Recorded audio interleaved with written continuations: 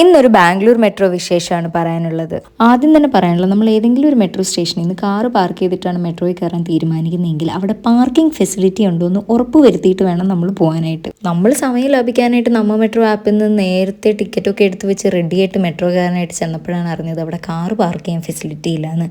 പിന്നെ ഒരു അരമുക്കാൽ മണിക്കൂറാണ് അവിടെ കിടന്ന് കറങ്ങിയത് എവിടെ വണ്ടി പാർക്ക് ചെയ്യും നോക്കിയിട്ട്. പിന്നെ എന്തോ ഭാഗ്യം കൊണ്ട് നമ്മൾ പോകാനിരുന്ന പരിപാടിയുടെ ടൈമും കുറച്ച് എക്സ്റ്റെൻഡ് ചെയ്തുകൊണ്ട് ഞങ്ങൾ രക്ഷപ്പെട്ടു. അങ്ങനെ ബുദ്ധിമതികളായി ഞങ്ങൾ ഇലക്ട്രോണിക് സിറ്റി സ്റ്റേഷനിൽ നിന്ന് ടിക്കറ്റ് എടുത്തിട്ടാണ് ഇൻഫോസിസ് സ്റ്റേഷനിൽ നിന്ന് ടിക്കറ്റ് മാറി കയറിയത്. ചേട്ടാ, നമ്മൾ വിചാരിച്ചത് ഇതൊക്കെ ഇലക്ട്രോണിക് സിറ്റി ആണെന്നല്ലേ, ഇപ്പോഴാണ് മനസ്സിലായത് ഇതൊക്കെ പല പല സ്റ്റേഷനാണ്. അങ്ങനെ തിക്കിനും തിരക്കിനും ഒടുവിൽ നമ്മൾ ലാൽബാഗ് സ്റ്റേഷനിൽ എത്തിയിരിക്കുകയാണ്. അവിടെ വന്നപ്പോഴോ വന്ന കാര്യം പിന്നെയും ഡിലേ ആയി. പിന്നൊന്നും നോക്കിയില്ല, അടുത്തായിരുന്നു വിവിപുരം ഫുഡ് സ്ട്രീറ്റ്. പിന്നെ സമയം കളയാൻ എന്താ പാട്, നമ്മൾ ഓരോ പാനിപ്പൂരിയൊക്കെ വാങ്ങി കഴിച്ച് ഫുഡ് സ്ട്രീറ്റൊക്കെ എക്സ്പ്ലോർ ചെയ്ത് കുറേ നേരം നടന്നു. സത്യം പറയാലോ, വായി വെക്കാൻ കൊള്ളാത്ത പാനിപ്പൂരി ആയിരുന്നത്. ഞാൻ എന്തിനാ ഈ എക്സ്പ്രഷൻ ഇട്ട് മെഴുകുന്നതെന്ന് എനിക്ക് കണ്ടിട്ട് മനസ്സിലാവുന്നില്ല.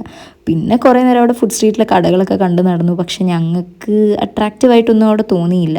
അങ്ങനെ വന്ന പരിപാടിയൊക്കെ കഴിഞ്ഞ് നമ്മൾ മെട്രോ കയറാനായിട്ട് തിരിച്ചു പോയി. ഇത്തവണ മണ്ടത്തരങ്ങളൊന്നും കാണിക്കാതെ കറക്റ്റായിട്ടാണ് കേട്ടോ മെട്രോ കയറിയത്.